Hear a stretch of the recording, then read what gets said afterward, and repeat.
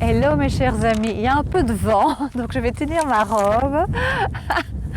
Voilà, je me suis arrêtée avec Nicole, avec mon amie Nicole. On s'est un petit peu arrêté ici pour profiter du décor. Nous sommes entre Montchique et Sylvestre. Voilà. Et donc j'avais envie, en tout cas ça m'inspire, le Portugal m'inspire pour un petit peu philosopher, mais d'une façon amateur, si je peux me permettre ce mot. Je n'aime pas trop le mot amateur, hein, parce que dans le sens où c'est intéressant de savoir, de s'interroger sur le sens de la vie et se questionner. Je pense que c'est important, se questionner et pas tout accepter et pas comment dire, j'enlève mes lunettes, je me rends compte que j'ai mis mes lunettes, de pas tout accepter comme une fatalité. Je pense que c'est important, en tout cas, d'avoir certaines réflexions par rapport à certains événements, par rapport à nos émotions, par rapport à des regards qu'on a sur nous-mêmes ou sur les autres. Et donc, si vous êtes toujours d'accord, je vais faire de temps en temps quelques vidéos comme ça, avec l'aide de mon amie Nicole, de notre amie, notre très chère Nicole, qui fera des apparitions, je vous promets. Attention, parce que ma robe, là, ça va venir indécent, donc je dois faire attention.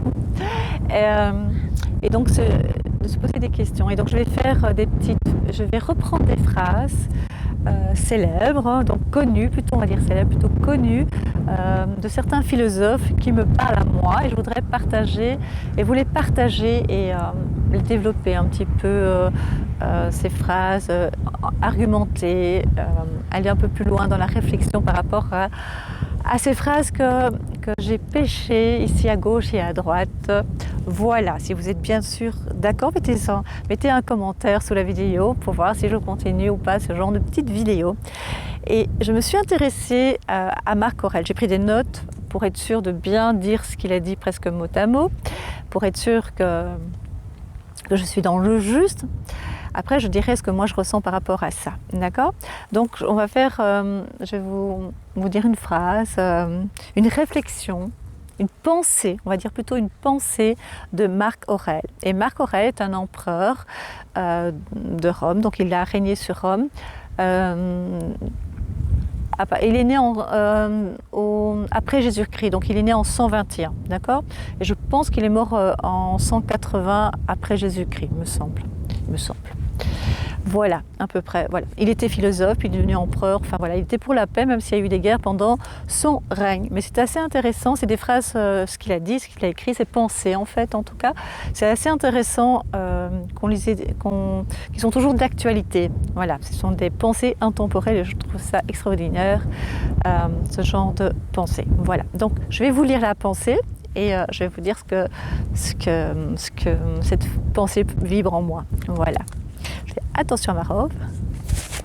Alors, vous m'écoutez bien.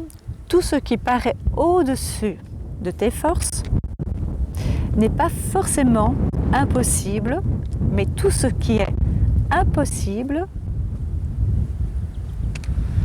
à l'homme ne peut être au-dessus de tes forces. Je répète, tout ce qui paraît au-dessus de tes forces n'est pas forcément impossible. Mais tout ce qui est impossible à l'homme ne peut être au-dessus de tes forces. Je trouvais ça très très fort comme pensée, très puissante comme pensée. Pourquoi? Parce que des fois tu te dis, je tutoie alors que je tutoie rarement, sauf si on me le demande, vous vous dites que vous n'êtes pas capable d'aller au-dessus de vos forces, que vous n'êtes pas capable d'affronter certaines douleurs, certains stress, certaines confrontations. Et pourtant, souvent, vous êtes passé au-dessus de tout ça. Vous avez pu franchir des caps. Vous avez pu vous étonner vous-même de votre force, de votre puissance. Je vous le dis souvent dans les vidéos ou quand je fais les signes du zodiaque ou quand je vous ai en consultation, je vous dis souvent que vous avez une force incroyable en vous et vous vous surprenez souvent, n'est-ce pas? J'en suis certaine. Au moment où vous vivez la situation délicate, vous avez envie de lâcher. La plupart des gens, enfin beaucoup, pas la plupart, vous avez envie de lâcher, vous avez envie d'abandonner et pourtant vous êtes capable d'avancer. Je pense que la difficulté, c'est de ne pas savoir la fin de cet obstacle, de cette douleur, de cette confrontation. Des fois, c'est compliqué quand on n'a pas une date de fin, de se dire je continue, allez, c'est bientôt fini. Non, on ne sait pas. C'est au moment où on est à la fin, on est au bout du tunnel, on voit la lumière. Quand on se retourne, on se dit ça fait seulement 2 mois que je rame, ou ça fait 16 mois, ou ça fait 2 ans, et finalement j'ai réussi à m'en sortir. Et du coup, le temps n'a plus la même notion, n'a plus la même force. Et donc, mais vous avez réussi.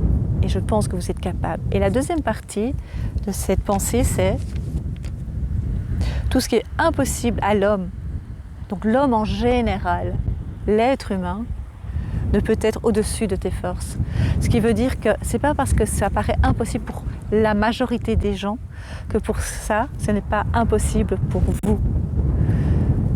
Mettez-vous toujours au-dessus des autres dans le sens, pas au niveau de la prétention, pas au niveau de